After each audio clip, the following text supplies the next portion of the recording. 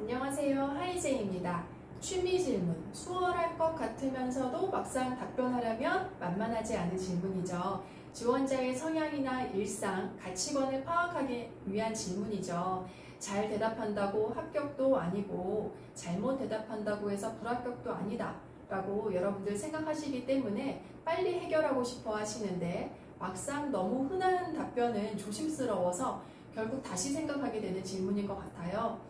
제가 오늘 영상을 통해서 여러분들의 이미지를 보완하고 강점을 어필할 수 있는 취미 답변 안내해 드리겠습니다.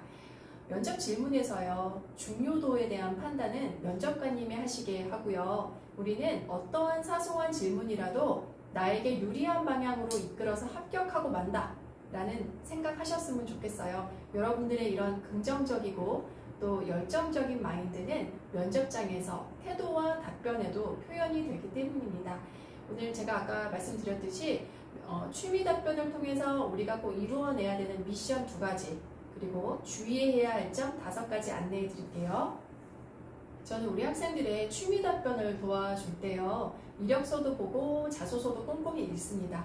그리고 짧은 모의 면접처럼 한두 질문을 좀 해보고 답변하는 모습을 보아요. 첫 이미지가 굉장히 차분하고 여성스럽거든요.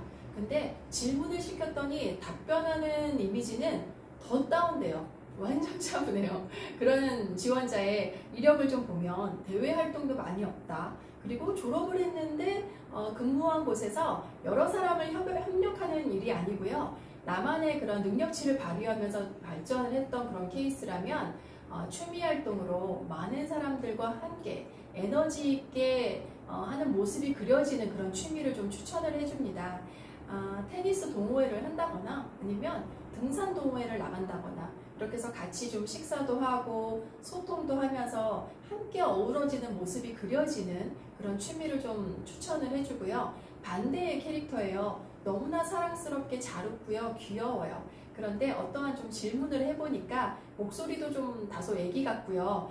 이럴 때에는 면접관님께서 이런 우려가 좀 생길 것 같아요. 비상탈출 이베큐에이션을 외치면서 비상탈출 훈련을 진행할 수 있을까? 아니면 웃으면서 손님들과 응대하는 것이 기본이기는 하지만 안전에 위배가 될 때는 단호해야 되는 모습도 보여야 하고요. 손님께서 컴플레인을 하실 때에는 정말 진정성 있게 진지하게 대화도 해야 하는데 그런 모습이 나올까? 너무나 애기 같고 귀엽기만 하거든요. 그런 지원자에게는요, 혼자서 집중해서 뭔가를 몰입하는 모습이 그려질 수 있는 취미를 권해줍니다. 바둑을 둔다던가 아니면 뭔가 디자인을 통해서 캐릭터를 만드는 그런 좀 완성된 업무를 하는 결과를 보여준다던가 독서를 좋아해서 전자책을 작성을 해요 라는 진지한 모습이 좀 그려지는 취미를 안내해 주고 싶고요. 외모가 굉장히 마르고 왜소해요. 저런 체력으로 밤을 새고 시차 적응을 하고 다소 무거운 업무를 하는 것도 많이 있는데 해낼 수 있을까라는 우려를 조금 해소시키기 위해서 에너지 있는, 오히려 웨이트 트레이닝을 한다던가 마라톤을 한다던가 복싱을 한다던가 그런 것들 위주로 조금 강한 모습을 보여주면서 내가 생각하는 이상의 강단이 있구나 라고 좀 면접관님이 생각하실 수 있는 취미를 권해줍니다. 2번째로 이제 강점 어필이라고 했는데요. 저는 이제 MZ세대들의 이야기예요. 저는 사실은 항공운항과에서 면접 수업을 오래 했어서 면접 강의를 하다 보면 학생들과 상담을 하게 되죠. 많이 소통을 했었고요. 얼마 전까지 학원에서 고3과 성인반의 수업을 했었기 때문에 전혀 MZ세대가 어떻게 좀 특별하고 차이가 지다라는 거 잘 못 느끼고 있어요.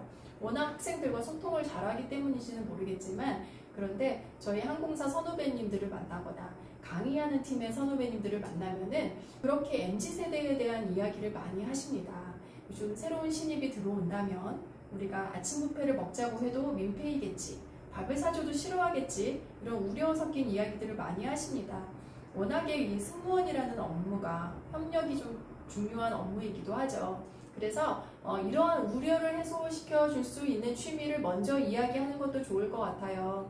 수영 수업을 가면 굉장히 단합이 잘 되는 것 같더라고요. 그래서 회사에 임원분들도 계시고 할머니 같은, 어머니 같은 연배도 계시고요. 젊은 친구들도 많아요. 그래서 새벽 수영반을 가서 너무나 많은 연령대와 소통을 잘하고 있다는 것을 좀 분위기를 파악해서 이야기를 하거나 추가 질문이 들어온다면 아침마다 콩나물국밥을 사주시면서 제가 승무원 면접을 본다고 하니 면접 질문도 해주십니다. 그래서 저는 아침에 운동을 하면서 아침밥과 면접 준비까지 모두 마치고 학교에 갈 수 있습니다. 뭐 이렇게 이야기를 한다면 굉장히 소통도 잘하고 사랑받는 캐릭터구나 라고 느끼실 수 있어요. 아니면 주말에 우리 아버지께서 나가시는 등산 동호회를 한 달에 한 번, 두 달에 한 번 내가 같이 함께 가서 같이 식사도 하고 소통을 합니다. 뭐 이런 이야기를 하는 것도 좋을 것 같습니다.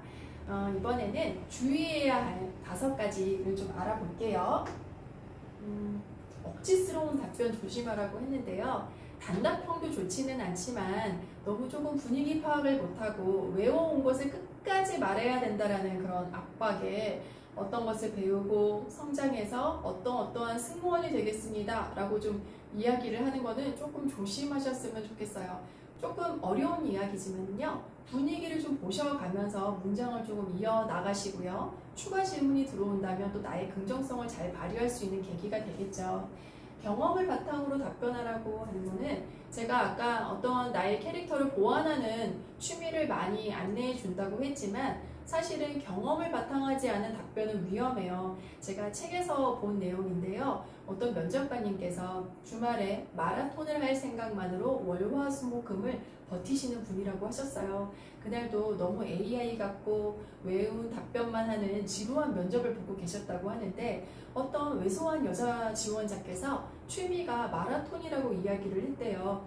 등받이에서 등을 떼고 이제 질문을 하셨답니다. 너무 반가워서 완주한 거리에 대한 질문을 하셨는데 안타깝게도 그 여자 지원자께서 사람이 완주할 수 없는 거리를 답변을 했다고 해요. 그래서 너무 배신감을 느꼈다, 이런 이제 책의 내용이 있었는데요.